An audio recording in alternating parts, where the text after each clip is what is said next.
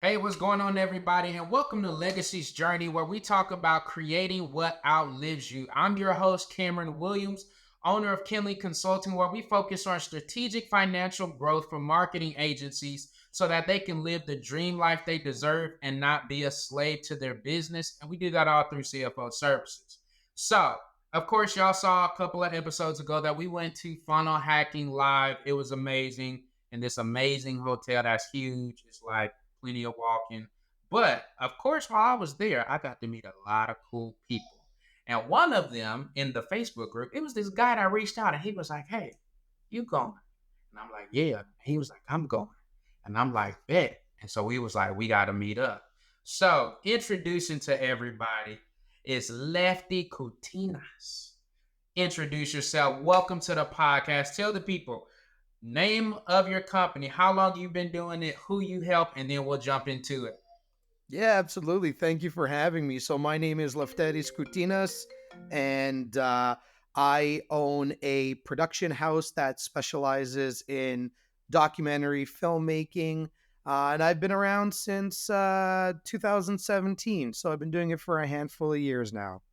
There you go. There you go. Okay, so let's jump right into it. So you're talking about documentaries, which we know now, especially with media, is getting more and more traction. I mean, Netflix is making Lord knows how much just off that. What made you specialize in documentaries versus just regular media or regular videos? Yeah, that's a fantastic question. Funny thing is, I was actually doing promotional advertising, but when I got into the film industry, I got into the film industry to essentially, make movies, right? But when I got into the coaching space, I guess my shiny object syndrome was video sales letters.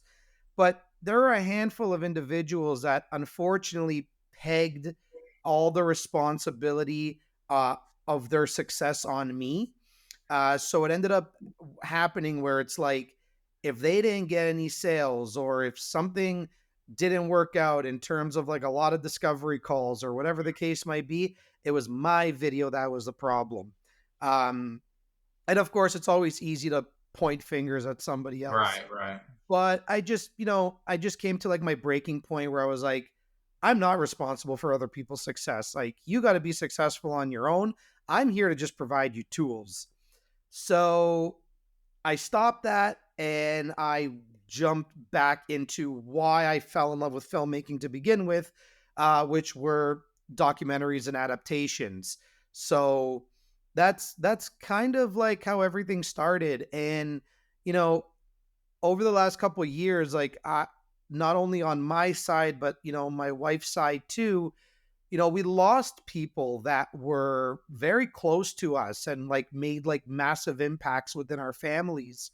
Um, and outside of just like, memory, there's not really anything tangible that these individuals left behind.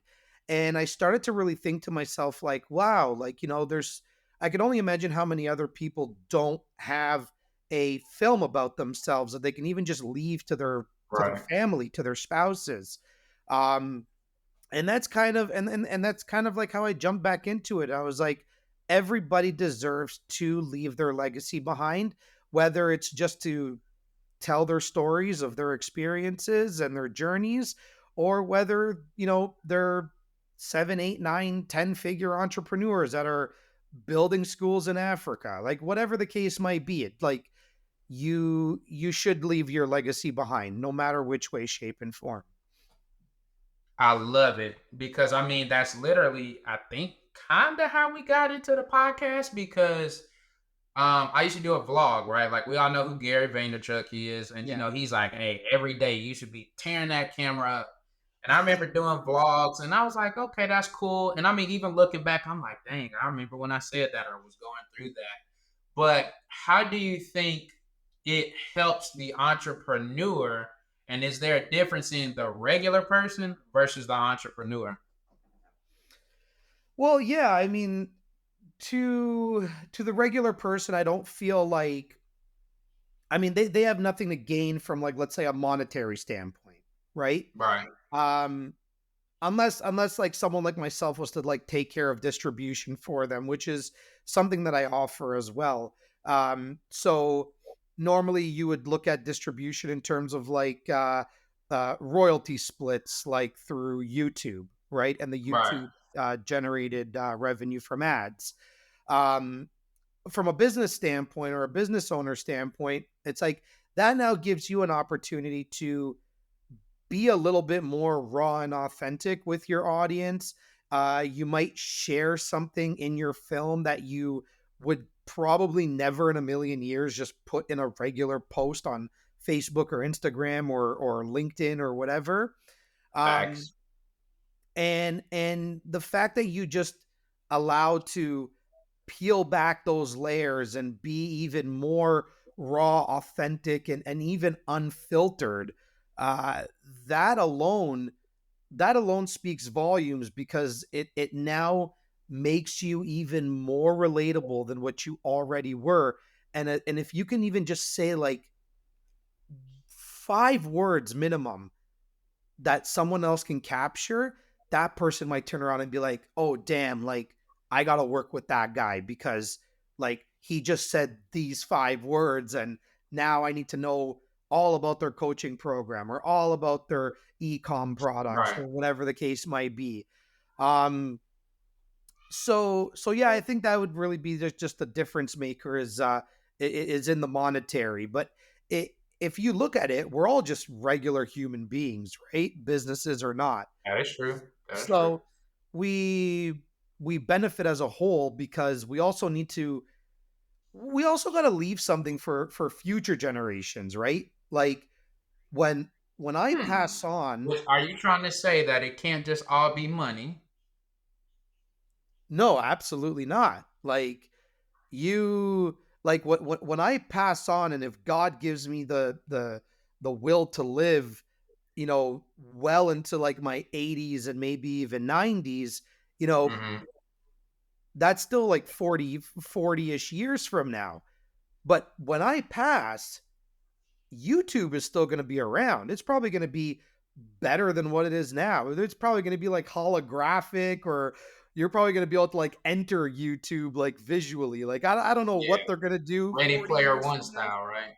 Exactly. So like you got to think of it like that. Like you're going to have like just an archive of like people from like hundreds of years ago or even just 100 years ago, and all that information and all that education, people are going to want to look back on that. Like if you truly think about it, and I'm going to be using a very very aggressive figure right now, but we're almost coming up to you know the 100-year mark of like Hitler passing away, but we still study that guy because of World War II.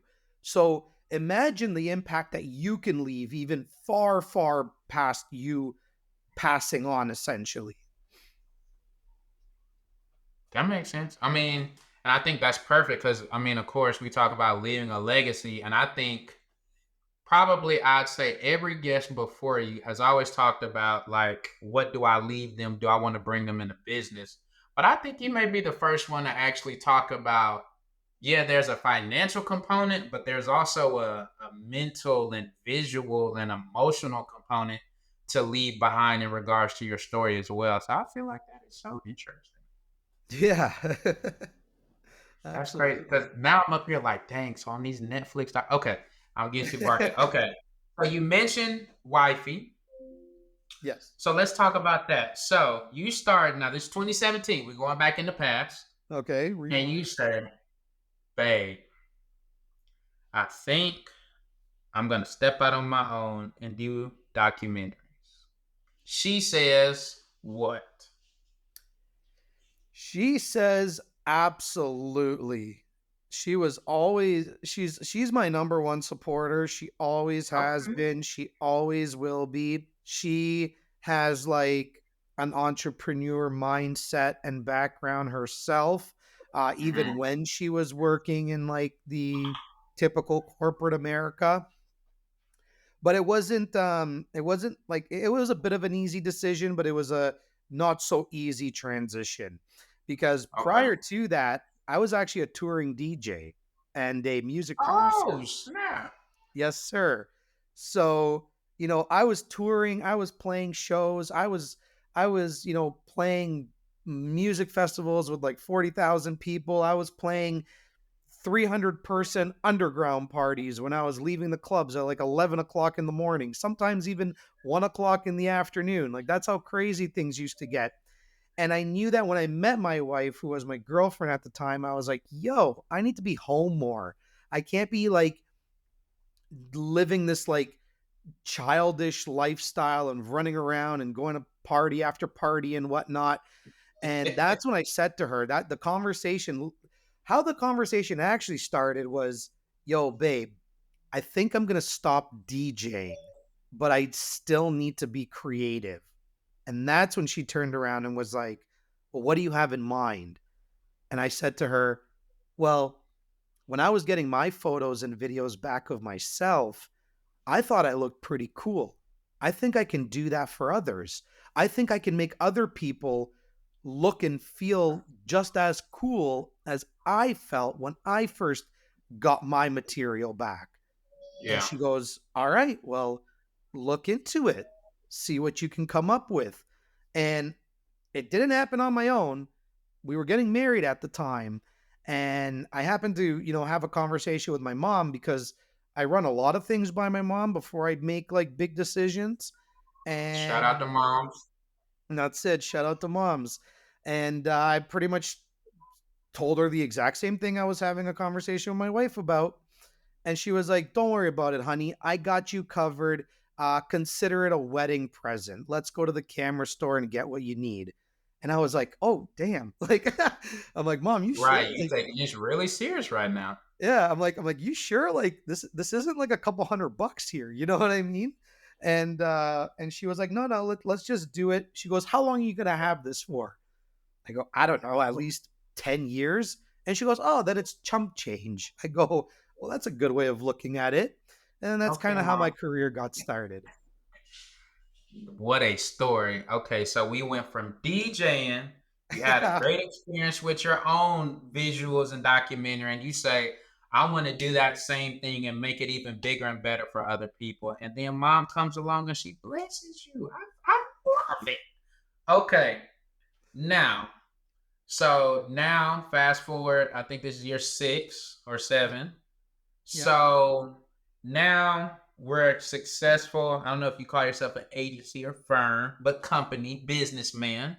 sure. So I know in being married, so yeah, now you're not staying up super late, but instead of going out, maybe it's creating the videos or trying to link the sound right or bring the right soundtrack, DJ, to Yes. mix and match the different parts.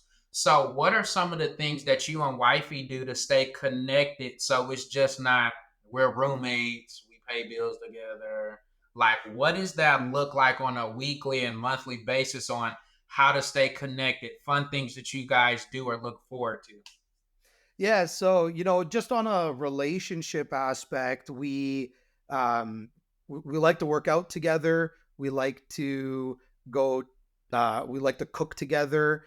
And then by the Wait, wait, time wait. I'm Who's the better cook? Oh, my wife's Caribbean, so I'm gonna throw it out to her for sure. Okay, okay, keep going. She definitely has the touch, Um, but outside of that, because by the time all that's done, there's not really a lot of time left in the day, because it probably gets to about 8, 9 o'clock, and she likes to call me a grandpa, but I do have an earlier sleeping schedule than she does. But one thing that we do together that helps the business is that we both enjoy the same style of documentaries. Hmm. Okay, okay. Yeah. So Style like.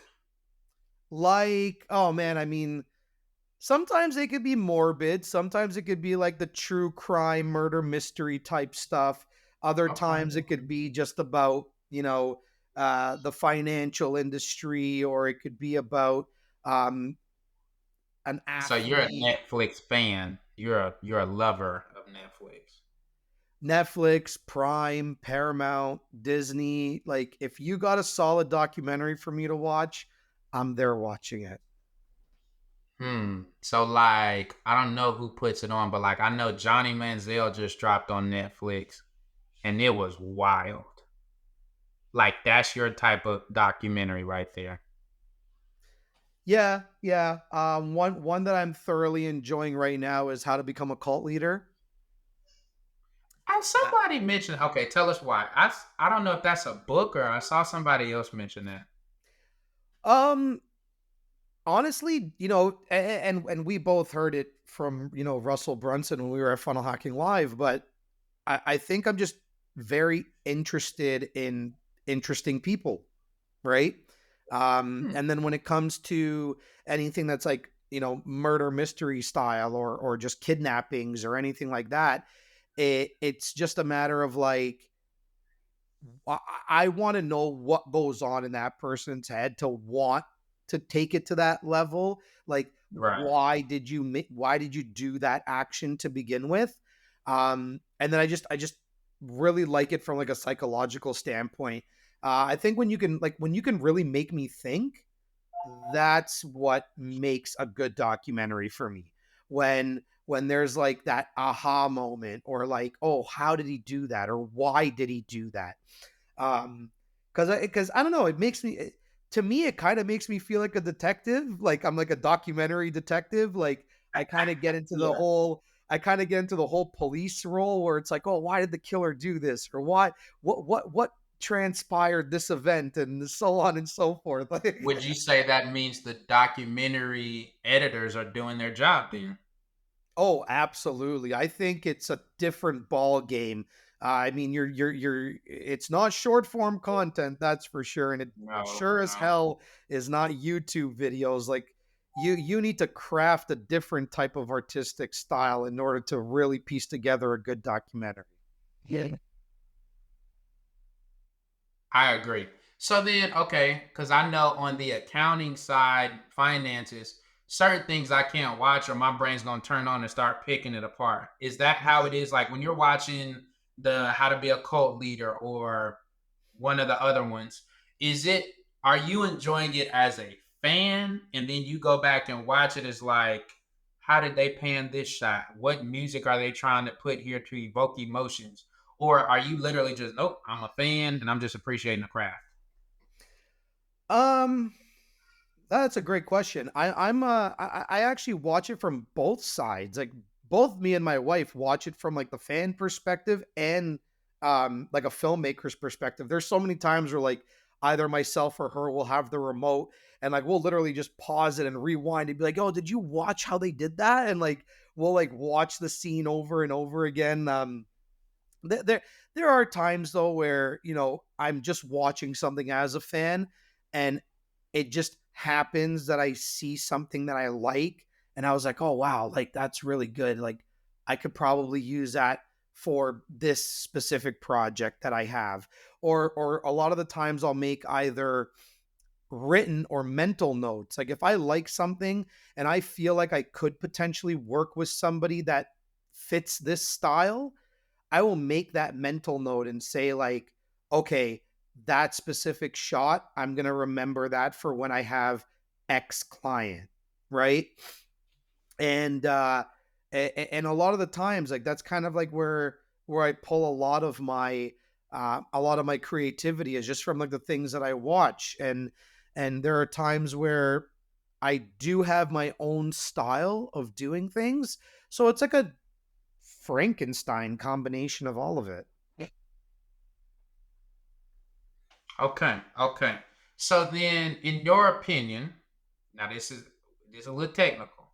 In Okay. your opinion, what makes a documentary go from good to like top tier great? Like I would say, me and my non-educated in the field would say, my opinion. Like when I watched that Johnny, that's the last one I think I watched. When I watched that Johnny Manziel doc, I remember because of course I was alive during it. I remember he was the biggest thing, but to see all these different behind the scenes and he was going through this and and he was doing drugs here. And I'm like, I didn't even realize he was doing all this while competing at the highest level, which gave me a lot of insight. But conversely, I haven't watched the Florida Gator one, but they say it's like so many people missing that they didn't interview, which makes me not want to watch it. Cause I'm like, yeah, y'all got Tebow there, but like, there's no Chris Leak, there's no Cam Newton, there's no Percy Harvin. Where the like, I didn't even want to look at it because I'm like, how does that even work? So, with that being said, what have you found is like, okay, this is a good one, and you maybe can see the views, I don't know, on Netflix or not, versus this is a like great top tier one, and I can tell you why it's that way. Good documentaries, for me, have a lot of context.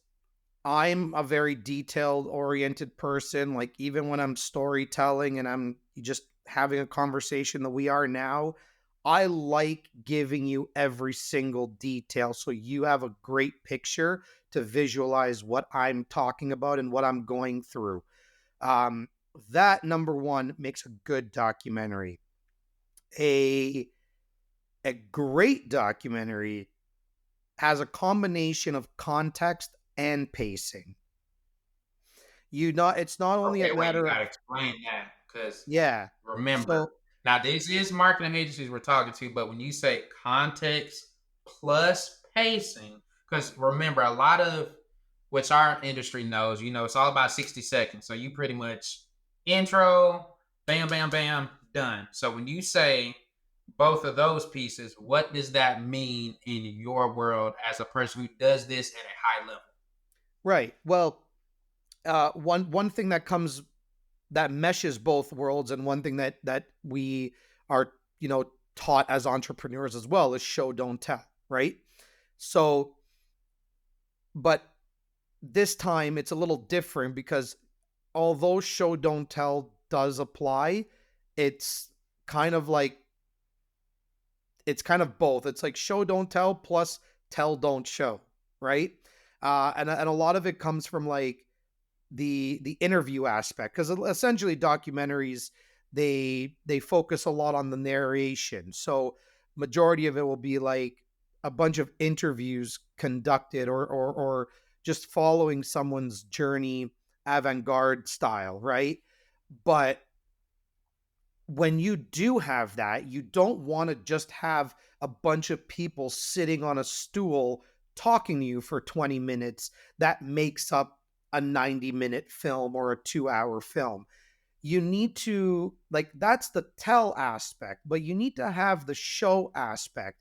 So that's where further context comes into play. You want to be able to not only listen to the person's words and how they're saying it, but you also want to show what's happening on screen based on what is being told to us. And that's where the adaptation portion of the film comes in. A lot of documentaries, they don't have the capability or the access to get certain footage, right? Especially if you're like an indie filmmaker. I'm still in that indie filmmaker stage, but so what makes my documentaries more powerful is that I recreate adaptations using actors to recreate scenes that you might not have had access to. Maybe you didn't film something or had access to video or even knew what video was when you were conducting whatever it is that you were talking about at that very moment. So I like to create worlds within the narration, and that's the further context. That's what continues to push that story forward. But then pacing is how you say it. You don't want to just be the kind of person where it's like, yeah, I woke up one day, I decided I didn't want to be in a 9 to 5 job, so I decided to go on Chat GPT and ask what are the top 10 businesses that I can start that'll make me $1 million.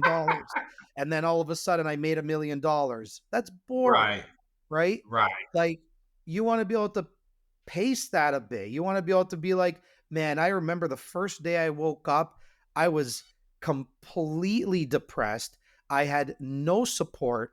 My parents were just pissed at me that I quit my job, that they weren't sure how I was going to pay rent. Now we have some juice behind it. Now you got me hooked. You're like, oh, damn, right? So it, all of it, like, works as one symphony. But again, it's like how you say it, right? When someone's talking about a sad moment, they're not gonna blah, blah, blah, blah, blah, like it's like a 15-second reel, right? I wanna slow down the pace. I wanna hear it, but I don't want to just hear it. I want to feel it in your That's good. voice. That's good. Yeah. So uh that's what it is. Good is context, great is context and pacing. That is good. I guess I I'm in shock because I'm like, dang, we really do try to force the pace because it's 60 seconds. But in your world, it's the complete opposite. That is so good. And I think it's fair to say, and correct me if I'm wrong, but you have to be aware of what's the medium you're on too. If you're trying to do a reel, that is completely different than some type of long form footage or documentary style. Yeah, I mean, you like even like documentaries require a lot of work. They require a lot of patience.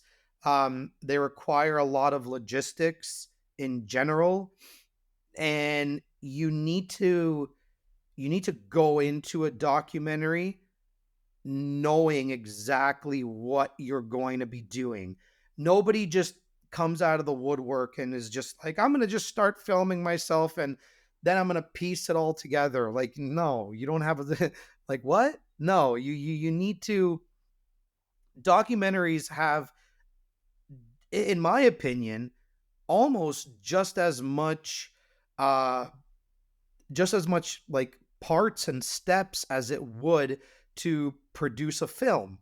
You might not have that large of a cast or that large of a crew because you don't need it. A documentary maybe at most has 5 to 10 key players max, and 10 is even too much. Like, you have 10 key players if you're doing like a docu series and it's like episodic. But if you're doing like a feature or a short, like a feature doc which is like 70 to 90 minutes, probably 1 to 3 characters max. A short, like, you're lucky if you can get a second character out of it. I would stick to just the one. Um so it's like I build my shot list. I can walk in there and be like, "Hey, Cameron, like it's 11 o'clock. We have this shot to do today. Like, this is what I'm doing." Right? It's not just like I'm gonna walk into your kitchen and be like, "Yeah, I think we can shoot there." Like, oh no, like I know exactly what's happening every minute, Right. every hour. I know when lunch breaks are happening. I know when washroom breaks are happening. Like, it's it's a lot. It's get ready to work when we work. Okay, I like it. Now let's go rapid fire because you got so much wisdom that I think we got a ton to jump into. So, rapid fire. Whoa. Eh? Well, we talk all the time about your family, and some just popped in out of nowhere.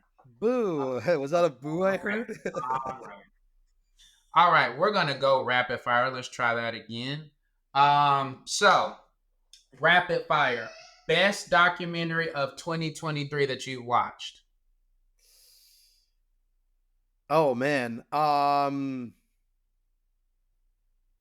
Damn, you put me on the spot with that one.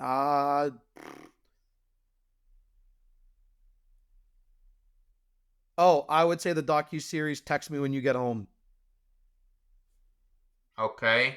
Best documentary ever. Oh wow. Um Super Size Me. Ooh, It's in my top 10. It's in my top 10. all right. Why you should make a documentary. because you should leave your legacy and make an impact on this world, not only for yourself, but for future generations as well, to have a better understanding of who you were as the person and the business owner. Why you shouldn't make a documentary?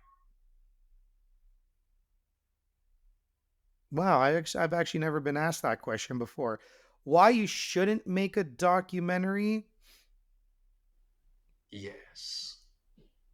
if you don't have a story or a journey. Or based on what you said earlier, if you're just coming in thinking you can wing it, there's no real purpose to it, or you don't have a true vision or purpose behind it, you may not be ready to do one. Yeah, I think the best I think why okay, if I'm gonna answer that again, I would say why you shouldn't do a documentary is if you have a topic versus a story because they're not the same. Ooh, that's good. They're not the same. All right. Last thing, and this is one of our favorite questions. If you could go back in time to college or high school version of yourself, you tell them what? Leave DJing much sooner and start filmmaking. Because Oh, because you're going to be able to inspire others and make a change in this world and for others so much faster. Hmm, that's good. All right. Well, this is the end because I know you're a busy guy. You got more documentaries and things to do. But before we get out of here, tell the people, what does a perfect client look like for you? Where can they find you? How can they connect with you? Because they may say, dang, I just realized I need to do something like this for myself or leave this for my family. So, how do they get in touch with you? What's your best type of client look like? Give them all that information. This is your time. Yeah, absolutely. Okay. So, you guys can all find me at lefteriskoutinas.com, where you can also be shifted over to all my other social platforms such as Facebook, YouTube, Instagram, LinkedIn. My ideal client are 6 and 7 figure coaches. Documentaries are not for the light of heart, and they do require a bit of a budget. So, that is something to keep in mind when creating these types of films. I also do say that Rome wasn't built in a day, and neither will your documentary. So if you are looking for 7, 14, or 30-day turnarounds, I am not your guy. If you are looking to have a lifetime of ROI and make an impact while leaving your legacy, then I am your guy. And you can again go to lefteriskoutinas.com to book a call with me. Spell it for them because we don't want them to miss it. Like I want them to be able to know that's my guy. This is how I get spell it for them because we don't want them to All mess it up. right. Here we go.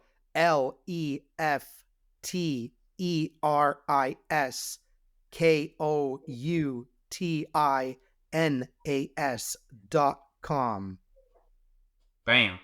All right, leave us with something to the 16-year-old that's kind of getting into film, to the person who's a media company but is switching more towards this style. What is a thing or two that we can end the podcast that you would look back and tell them?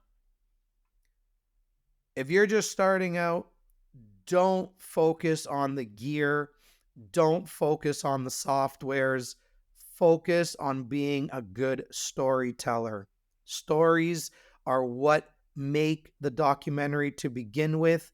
And as mentioned before, there's a big difference between a topic and a story. If you have a topic, you don't have a story. So make sure that you know exactly the physical and metaphysical aspect of your character's journey. And once you have that down packed, then look into everything else like gear, software, funding, etc.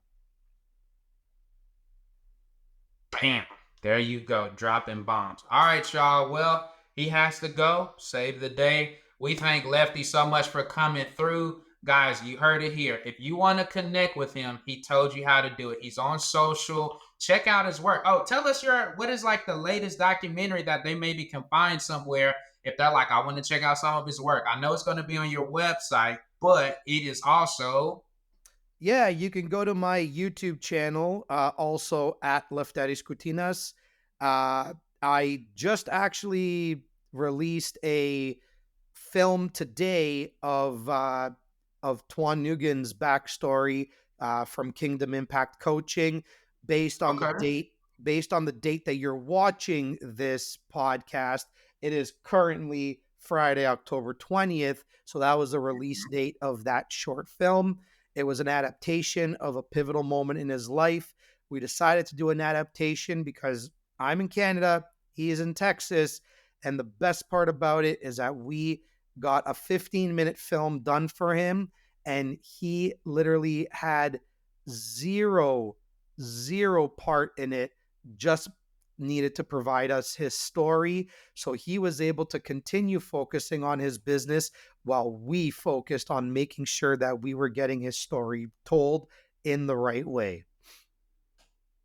There you go. All right, y'all. Well, that's it. As always, we thank y'all for tuning in. If you find somebody that you think this could help, you know, a young person that's getting into film, please share this with them. Make them reach out to him. They need a mentor, somebody who's currently doing it at a high, supreme level. So, guys, that's it. We're going to try to continue to bring you guys the best guests possible. Lefty, thank you so much for coming through. We're going to make sure we put all the links in the comments and in the bio and everywhere we can to make sure that we promote you. You guys go check out that short film on his YouTube. Until then, that's all we got. Y'all stay blessed and take care of yourselves. Peace. Peace.